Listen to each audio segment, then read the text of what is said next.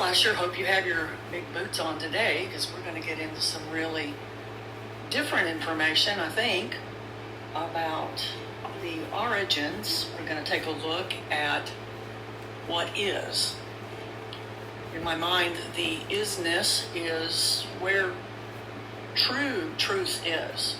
You know, things in this area can be true as they pertain to a particular thing or a particular perspective, but if you change the thing or the perspective, then sometimes that truth also changes. It seems to me that in the place that is, that there are particular truths that do not change, that things are true always, that they always line up, that is the basis for functioning in the place that is. There are a few different names for it, the hyper-universes of the true light and things of that nature. So I'm not real sure exactly what to call it, except for, to me, home resonates. It is the true home. And I use the word true, and what I mean is not necessarily whether it stands in opposition to something that is false, but to me, true is something that rings true, something that is in full alignment, both within itself and with what is already within me.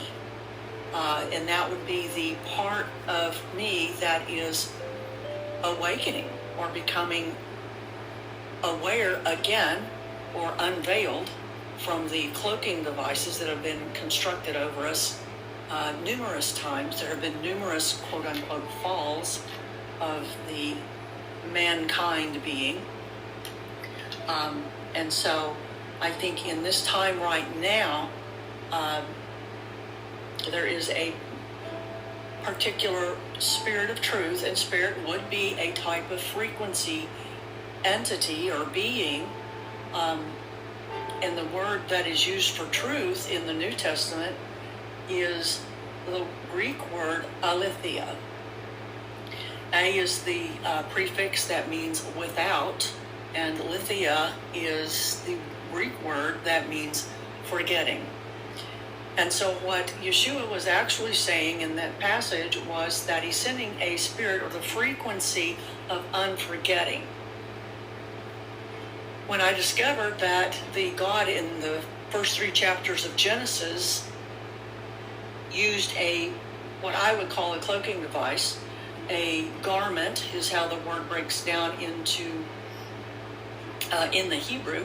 It actually is stretched out to also mean to cloak or to make blind. And so blindness is a type of forgetting. And so the curse then becomes one of forgetting who we are, where we came from, and what the terms and conditions were for our entry into this situation to begin with. And so as we tumbled into yet another trap, that cloak of forgetfulness remained. And I believe that it is from that information that when they do the resets after a person passes from this physical life in what we call death, that is the information that they tag their medicine onto our spoonful of sugar, if you will, to use an analogy from the previous discussion. So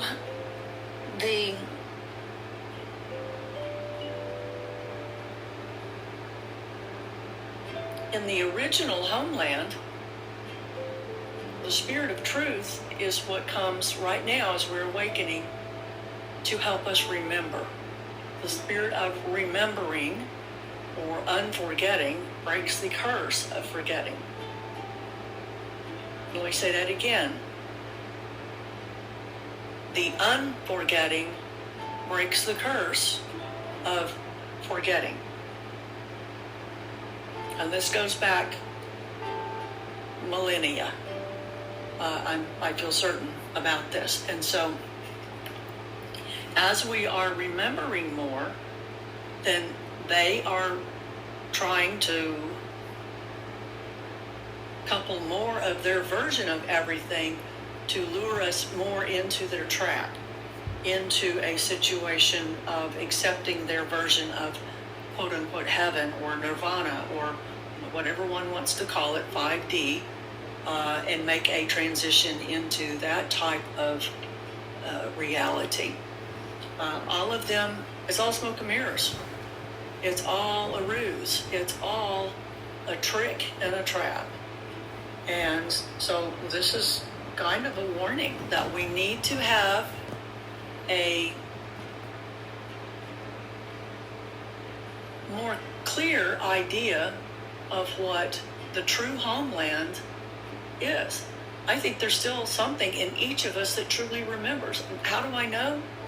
Because almost daily I speak with people who long in the deep, deep, deep of their hearts, of their souls, for peace, for tranquility, not a false sense of it, but something that is very real, that is very much alive, something that is not granted to them by an oppressive regime or one that says, well, we've got to have the war machine in order to keep the peace. No, that's peace as the world gives. I am talking about a greater peace that is, because that is part of who these people are. It is part of our very nature and character. Why? Because that is the very nature and character of the one who brought us forth from itself. One of the things that I've tried to get into the habit of repeating probably every morning and sometimes a few times throughout the day, not that I forget, but I'm finding a certain, I guess, security in it, is a reminder that this joint is not my home. What is in me would never have created a concept like death. It would have sought, like most of us have tried for years and years, to fix what's going on that's wrong here. Ladies and gentlemen, I just don't believe that is why we're here. I think that was one of the lures, and that is part of our base character, is to try to make things better. We always try to improve. I surmise that any semblance of life or beauty that exists in this existence is because of our own presence here. That we indeed are creators, and that from within our own self, these things that we call life here have emerged, and they beautify and they extend the existence of everything in this world. And without our energy, without our true creativity, this place would eat itself completely into nothingness, and it would be as if it never was. So that in itself is a statement that is contrary to many who think that this place just continues to go on and on and on. It will go on and on and on until that point where it completely runs out of energy. You know, even in physics, there is, I forget the name of the concept, but it is basically that with every exchange of energy, every time energy changes its form, say from gas to solid to liquid to whatever, there is a certain amount of energy that is expended. It is a cost. That is an expenditure that is never recovered. In other words, there's a part of that energy that just dissipates and will never ever be recovered. It's counted as loss. And so every time a conversion is done, there is an amount that is lost. And it's the same thing with consuming. When we consume something, there is still an amount of energy expended, even in our own bodies, for breaking down the foods and converting it into a way that we can utilize and benefit from, and then expelling the bad part or waste. Not that it's bad, just waste material. And so there is a certain amount of waste then with plain energy that is just never recovered.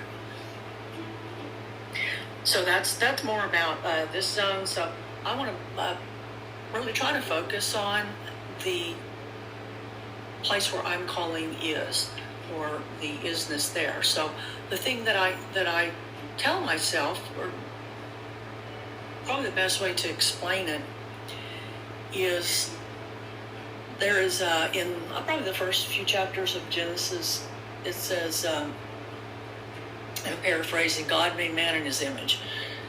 And so that is the creator God of this world.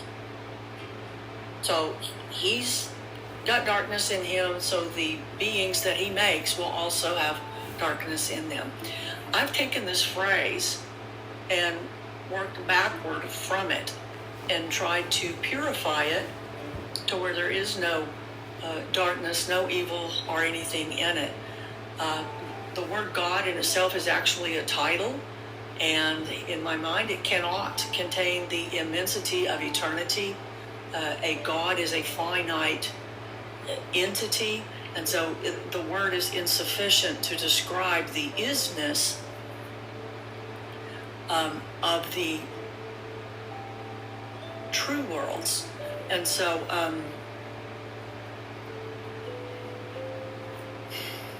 the baseline is, I think, is going to revolve around the word pattern and matter.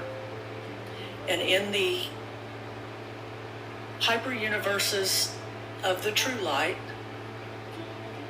the pattern breaks down into the word pater, P-A-T-E-R, which is also the word for father. And just a side note, when they say Simon Peter in the Bible, that's what they're talking about, and that is the father of the Catholic Church. That's the false Jesus that 90% of Christianity chases after. And my heart hurts for them, honestly.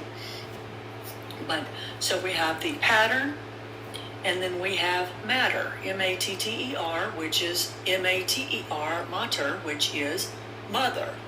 So the isness, or the oneness that is comprised of the pattern in matter. Both of these beings are imperceivable to us here.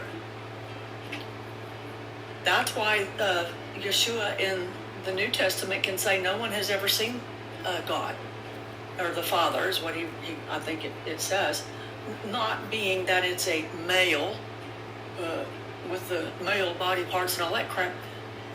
We've got to get away from that, because we're talking energy or essences that are so far above and beyond, that they are so complete within themselves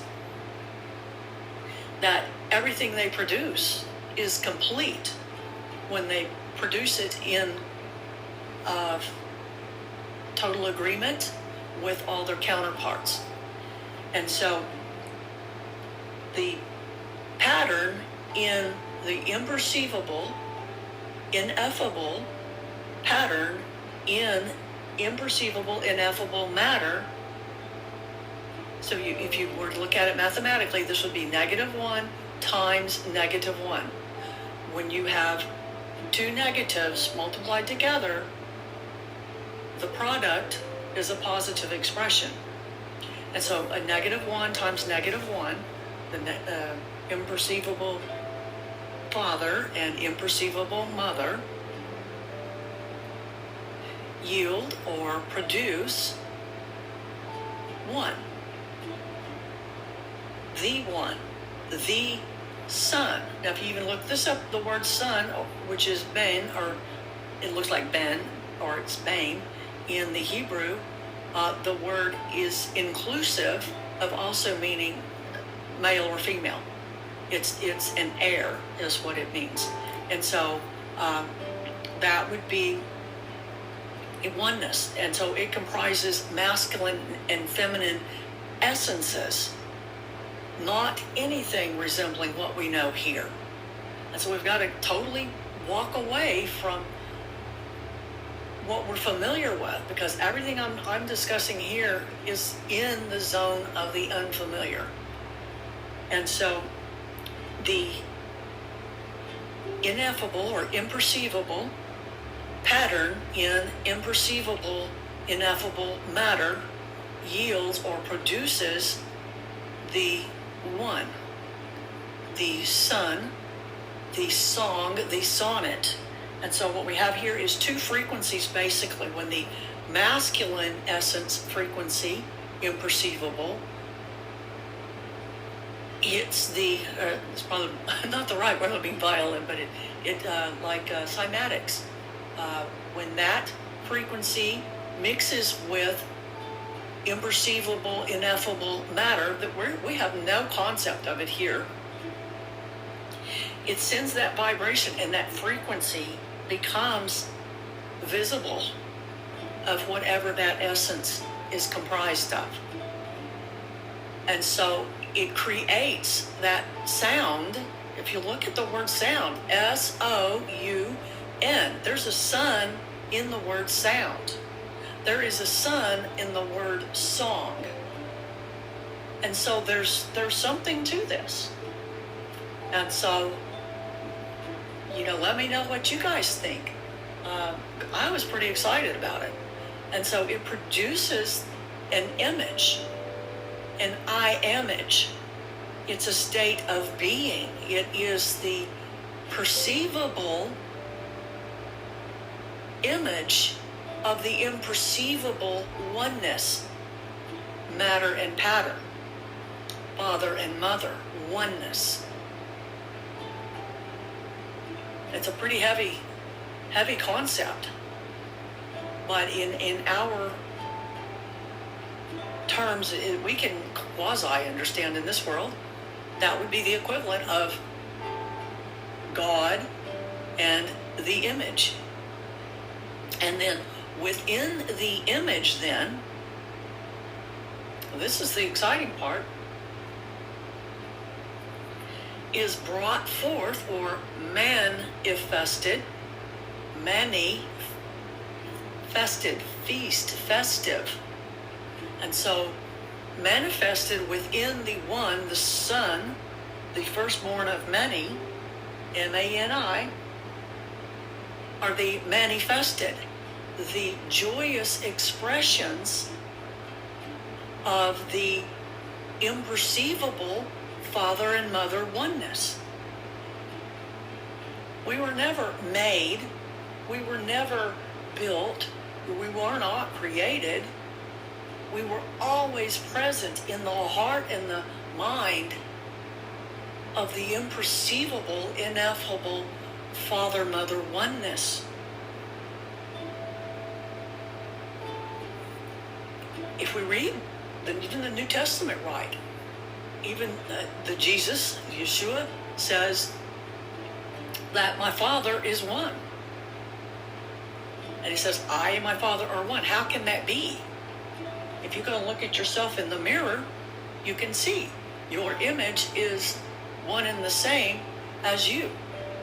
Now, in this zone, we're inverted, but to an essence that has no front or back or measurement or anything, that is just infinity. The image that it creates in the matter that is just its image. And then in that image are the joyous expressions of the many, who are also firstborn, who've always existed in the mind and became manifested, joyous expressions. See, this world has changed manifest into a man infestation, or the man feast, and these are all about keeping their system going. I'm talking about above and beyond anything here. We've got to, from what I'm talking about, we just can't even bring in those definitions, because I'm trying to explore something that may well have preceded all of that. So just to kind of recapitulate, that would be the